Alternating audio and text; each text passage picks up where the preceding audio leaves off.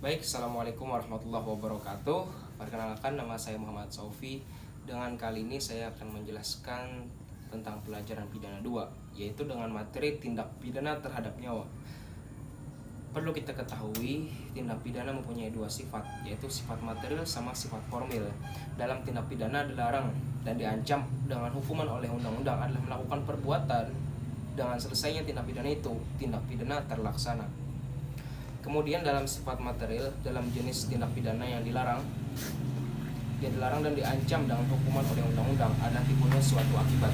Maka dari itu, kejahatan terhadap nyawa dalam KUHP dapat dibedakan dalam atau dikelompokkan atas dua dasar. Yang pertama, atas dasar unsur kesalahan, dan kedua, atas dasar objeknya atau nyawa. Yang pertama, saya akan menjelaskan tentang pembunuhan pada pasal 338 KUHP, Kitab Undang-Undang Perdana.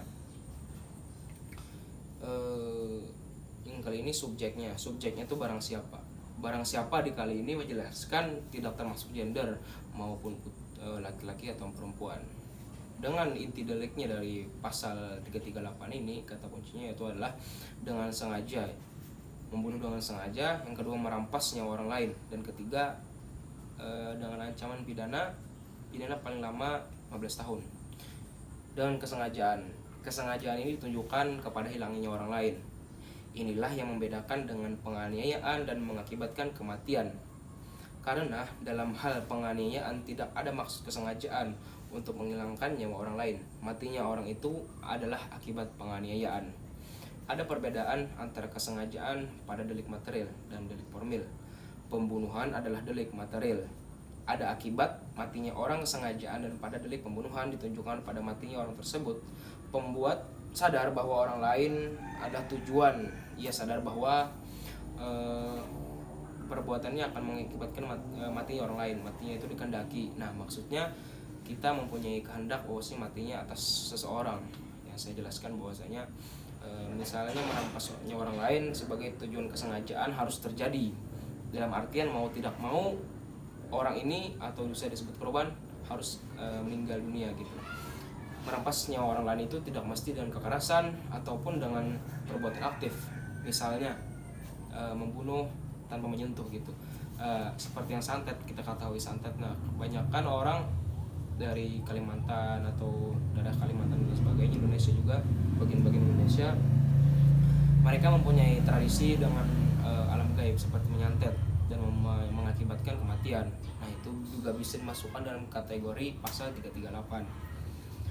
Maka dari itu di sini terjadi kualitas, yaitu sebab sama akibat antara perbuatan kesengajaan dan kematian. Selanjutnya, pembunuhan diikuti disertai atau didahului oleh tindak pidana lain, yaitu pada pasal 339 KUHP. Subjeknya itu barang siapa, entah perempuan atau laki-laki.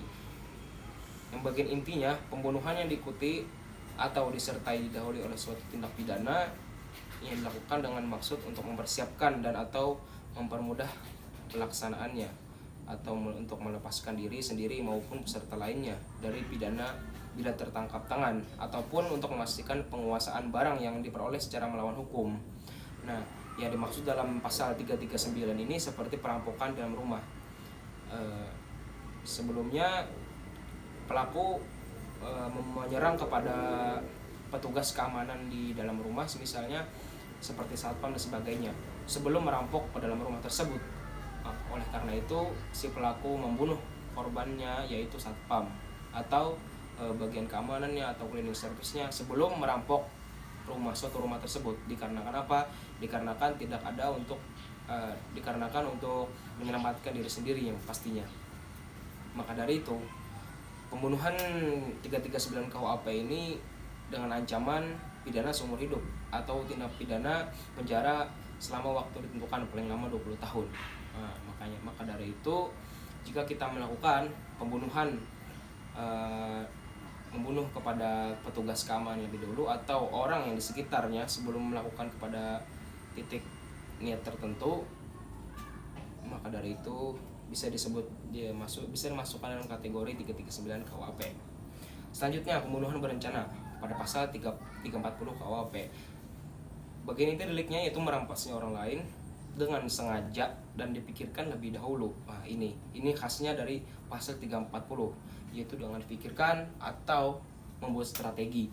Semisal sebelum itu kita akan bacakan sedikit. Jadi banyak sekali kasus di Indonesia yang mestinya diterapkan pasal 340 tapi diterapkan pasal 338 karena dipikir tidak ada rencana sebelumnya, padahal cukup membuat sempat berpikir membunuh atau tidak membunuh.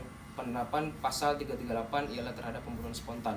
Nah, maksudnya di Indonesia sudah banyak terjadi bahwasanya orang yang membunuh walaupun dengan memberikan obat minum, obat keras dalam minuman itu membuat seseorang hingga meninggal, itu juga termasuk dalam pasal 340. Dan kebanyakan kasus-kasus di Indonesia dilakukan pada pasal 338. Karena apa? Yang lebih spesifiknya pada 340 ini yaitu merencanakan terlebih dahulu. Karena dengan niat kita melakukan rencana seperti memasukkan seperti masukkan obat keras, misalnya obat racun ke dalam minuman atau makanan. Nah, di sini kita ada motif tertentu, motif terbaru, yaitu membeli makanan atau membuatkan minuman. Lalu itu kita membuatkan obat-obatan keras hingga membuat dia meninggalnya atau hilangnya nyawa seorang. Nah, itu bisa dikategorikan sama dengan pasal 340, pembunuhan berencana. Atau lebih diperjelasnya karena ada rencana dan dipikirkan lebih dahulu atau pembuatan strategi. Selanjutnya kita masuki pasal 341 dan 342. Nah, pembunuhan anak pada pasal 341 yaitu kebanyakan yang dilakukan oleh orang-orang yang di luar nikah, seperti pergaulan bebas atau zina gitu. Saya akan bacakan keywordnya dari 341, yaitu takut. Ciri-cirinya takut diketahui telah melahirkan anak dengan sengaja, yaitu seorang ibu atau menghilangkan nyawa anaknya pada waktu atau segera di kelahirannya. Nah, kenapa jadi bisa dikategorikan seorang ibu? Karena definisi seorang ibu itu telah mempunyai anak atau telah melahirkan anak. Bisa dikategorikan sebagai seorang ibu. Jika masih mengandung atau anaknya belum lahir, itu masih dikategorikan seorang perempuan. Nah, di sini di pasal 341, seorang ibu yang takut diketahui melahirkan anak, semisal saya telah saya mempunyai seorang pacar atau saya telah menghamili seorang perempuan dan seorang perempuan itu telah melahirkan anak, agar tidak ketahuan oleh warga sekitar atau maupun orang tuanya dikarenakan penyebabnya atau malu dan sebagainya atas pergaulannya, maka dari itu seorang perempuan tadi melahirkan anak dan anaknya dibuang ke sungai atau dilarutkan ke sungai atau dibunuh dengan berbagai macam teknisi. Nah, itu dapat dikategorikan pasal 341 yang dimana telah melahirkan atau ketika anak itu sudah lahir di dunia baru dibunuh. Nah, begitu. Pasal 342 itu hampir sama dengan pasal 31, akan tetapi melaksanakan keputusannya yang telah diambil menghilangkan nyawa anaknya, yaitu mempunyai niat seperti aborsi. Nah, pada dasarnya kita mempunyai niat, seorang perempuan mempunyai niat sebelumnya pada awal, misalnya kita sudah mempunyai cewek atau mempunyai pacar, telah mengandung anak kita berusia 4 bulan 5 bulan. Nah, dia sudah mempunyai rencana untuk mengaborsi atau membunuh anaknya dalam kandungan. Nah, ini bisa termasuk dalam pasal 342. Maka dari itu, dari pasal 341 dan 341 dengan ancaman pidana paling lama penjara 7 tahun dan 342 paling lama penjara 9 tahun. Pembunuhan dengan rencana pasal 342 telah dilakukan untuk melaksanakan keputusan yang telah diambil sebelum ibu tersebut melahirkan. Jadi mereka sudah berencana, pasangan yang di luar nikah dan dia mengandung seorang anak, dan mereka merencanakannya untuk membunuh anak tersebut. Nah, maka dari itu itulah kategori dari 341. Perbedaannya dari 341 dan 342 yaitu 341 itu dia membunuh ketika sudah lahir. Maksudnya terencana ketika sudah lahir di dunia. Sebelumnya tidak akan mempunyai rencana karena mereka keberatan atau mengandung seorang anak baru. Dan 342 itu rencana ketika mengandung sebelum lahirnya anak di dunia, seperti minum obat untuk membunuh atau aborsi dan sebagainya. Lanjut kepada pasal pembunuhan atas permintaan, yaitu pasal 344. Di sini juga subjeknya barang siapa, tidak harus ke laki-laki atau perempuan, yang dimana atas permintaan orang itu sendiri atau permintaan itu kesungguhan hati.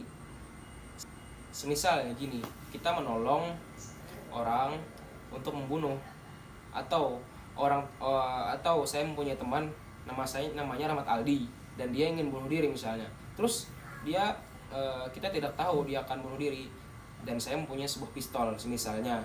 Terus saya Rahmat Aldi minjam pistol untuk tidak berkata untuk apa sebagainya, adalah dia minjam untuk nembak burung atau enggak, tapi dia pas ketika dia pinjam pistol yang saya punya lalu dia balik ke rumah dan dia melakukan bunuh diri, itu juga termasuk dalam pasal 344.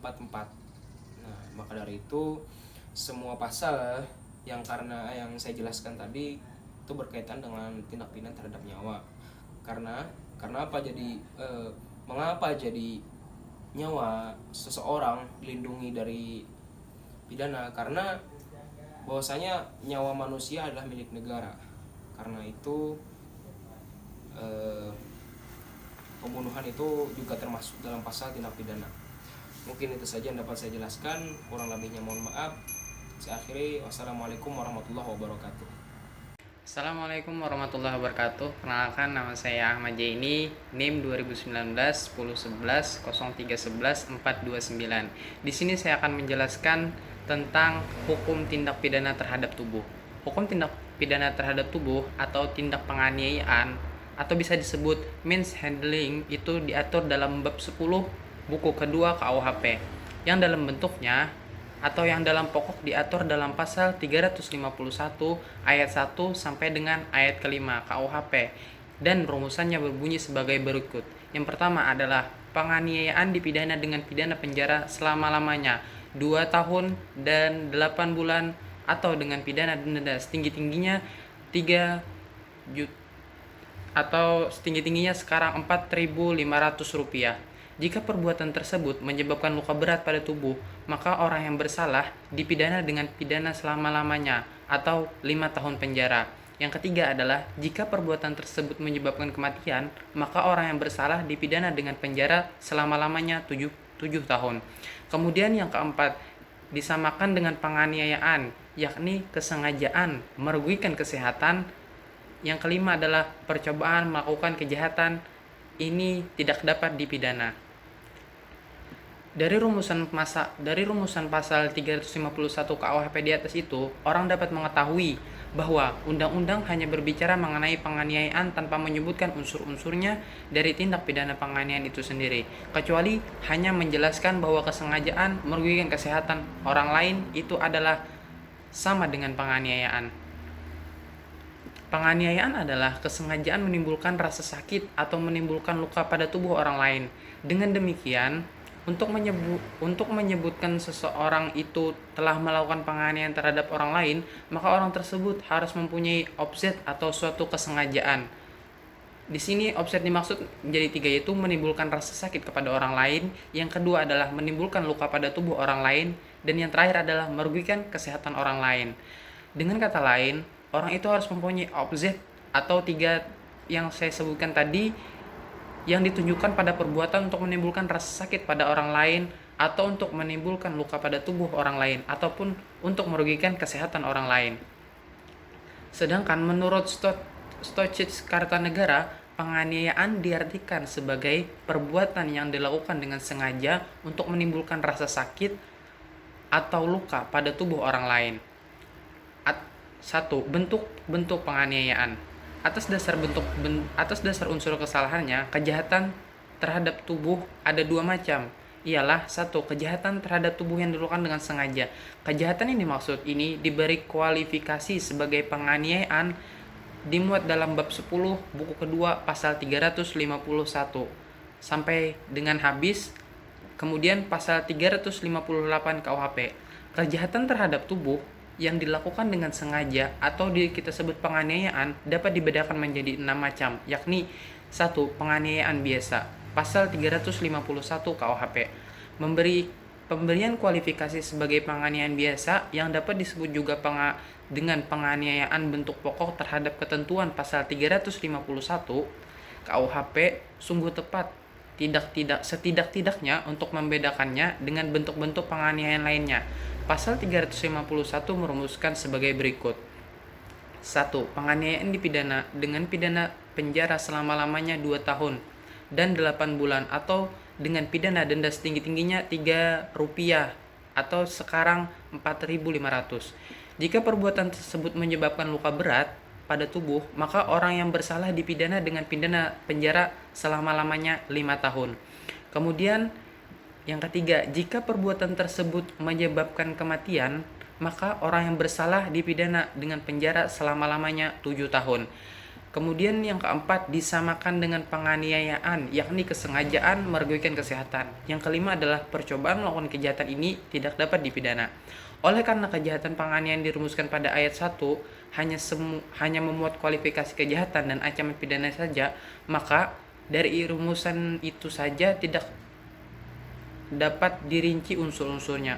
Oleh karena itu, juga sekaligus tidak diketahui dengan jenis tentang pengertiannya. Dalam doktrin ilmu hukum pidana, berdasarkan sejarah pembentukan pasal 351 KUHP di atas, penganiayaan diartikan sebagai perbuatan yang dilakukan dengan sengaja untuk menimbulkan rasa sakit atau luka pada orang tersebut. Menurut doktrin penganiayaan mempunyai unsur sebagai berikut: adanya rasa sakit, adanya perbuatan, dan ada akibat perbuatan yang dituju, yakni ada rasa sakit pada tubuh dan luka pada tubuh. Unsur-unsur yang pertama berupa unsur subjektif, yaitu kesalahan, dan unsur yang kedua dan ketiga berupa unsur objektif. Unsur yang pertama adalah berupa unsur subjektif atau kesalahan, kemudian unsur yang kedua dan yang ketiga adalah unsur objektif. Berdasarkan doktrin dan pendapat dari Ares HR, maka dapat ditarik kesimpulan perihal arti penganiayaan ialah suatu perbuatan yang dilakukan dengan sengaja yang ditunjukkan untuk menimbulkan rasa sakit atau luka pada tubuh orang lain, yang akibat mana semata-mata merupakan tujuan di si petindak. Pengertian seperti yang baru disebutkan itulah yang banyak dianut dalam praktek hukum selama ini. Dari pengertian itu, maka penganiayaan mempunyai unsur-unsur sebagai berikut. Yang pertama, adanya kesengajaan. Yang kedua, adanya perbuatan. Yang ketiga, adanya akibat perbuatan yang dituju, yakni 1. Rasa sakit, tidak enak pada tubuh. 2. Luka pada tubuh. Yang keempat adalah akibat mana terjadi tujuan satu-satunya. Kemudian yang kelima adalah penganiayaan ringan, pasal 352 KUHP. Kejahatan yang diberi kualifikasi sebagai penganiayaan ringan oleh undang-undang ialah penganiayaan yang dimuat dalam pasal 352 KUHP yang rumusannya sebagai berikut. 1. Kecuali yang tersebut dalam pasal 353 dan 356, maka penganiayaan yang tidak menimbulkan rasa sakit atau halangan untuk menjalankan pekerjaan jabatan atau pencaharian dipidana sebagai penganiayaan ringan dengan pidana penjara paling lama 3 bulan atau pidana denda paling banyak 4.500. 2. Pidana dapat ditambah 1/3 bagi orang yang melakukan kejahatan itu terhadap orang yang bekerja kepadanya atau menjadi bawahannya. Penganiayaan bentuk ringan yang dapat dalam WVS Belanda dengan dibentuk penganiayaan ringan ke dalam KUHP kita adalah sebagai perkecualian dari asas concordenti. Dalam rumusan di atas dapat ketentuan, yakni mengenai batasan dan ancaman pidana bagi penganiayaan ringan. Yang kedua, alasan pemberatan pidana pada penganiayaan ringan. Batasan penganiayaan ringan adalah penganiayaan yang 1. Bukan berupa penganiayaan berencana, pasal 353 KUHP. 2. Bukan penganiayaan yang dilakukan penganiayaan ibu atau bapaknya yang sah atau anaknya. Yang kedua adalah terhadap pegawai negeri yang sedang atau karena menjalankan tugasnya yang sah. Yang ketiga adalah dengan memasukkan bahan yang berbahaya bagi nyawa atau dimakan atau diminum, pasal 356 KUHP. Tidak menimbulkan sakit atau halangan untuk menjalankan pekerjaan jabatan pencaharian. 3 unsur itulah di mana unsur B dan C dari beberapa alternatif yang harus dipenuhi untuk menetapkan suatu penganiayaan sebagai penganiayaan ringan. Dengan melihat unsur penganiayaan ringan tersebut, dapat disimpulkan bahwa penganiayaan ringan tidak mungkin terjadi pada penganiayaan berencana, pasal 353 KUHP. dan penganiayaan terhadap orang yang memiliki kualitas tertentu dalam pasal 356 KUHP, walaupun pada penganiayaan berencana itu tidak menimbulkan penyakit atau halangan untuk menjalankan pekerjaan jabatan atau pencaharian. 1. Penganiayaan berencana. Pasal 353 KUHP. Penganiayaan berencana terlebih dahulu dipidana dengan pidana paling lama 4 tahun.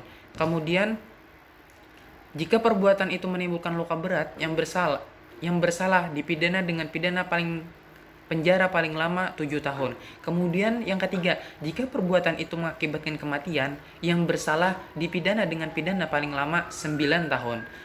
Ada 3 macam penganiayaan berencana, yakni 1. Penganiayaan berencana yang tidak berakibat luka atau kematian. Yang kedua, penganiayaan berencana yang berakibat luka berat. Yang ketiga adalah penganiayaan berencana yang berakibat kematian.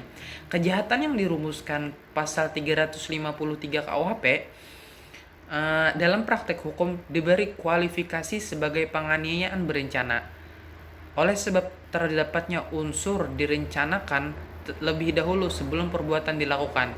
Direncanakan lebih dahulu, disingkat berencana, adalah bentuk khusus dari kesengajaan dan merupakan alasan pemberat pidana pada penganiayaan yang bersifat subjektif dan juga terdapat pada pembunuhan berencana pasal 340 KUHP.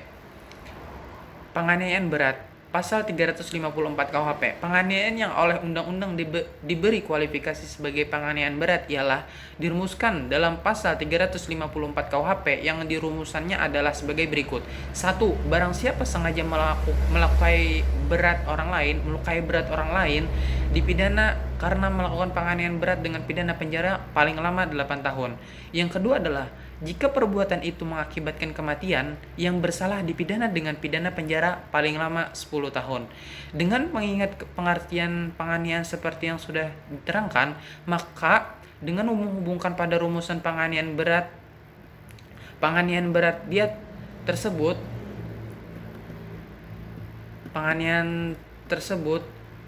maka penganiayaan berat mempunyai unsur-unsur sebagai berikut. Yang pertama adalah kesalahan atau kesengajaan.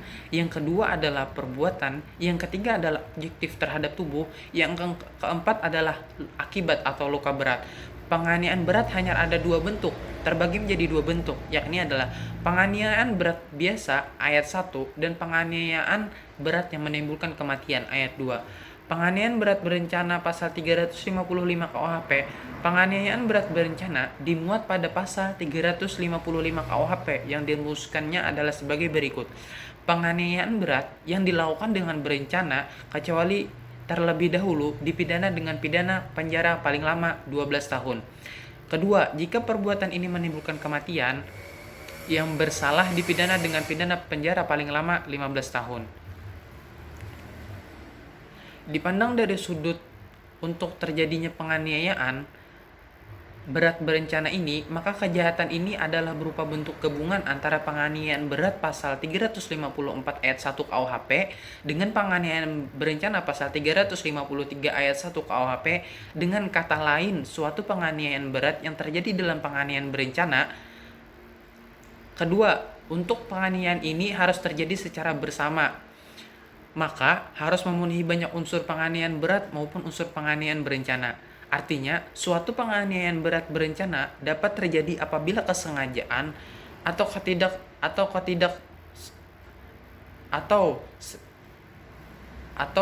petindak tidak saja ditunjukkan pada perbuatannya, misalnya memukul dengan sepotong besi, dan pada luka berat tubuh orang lain,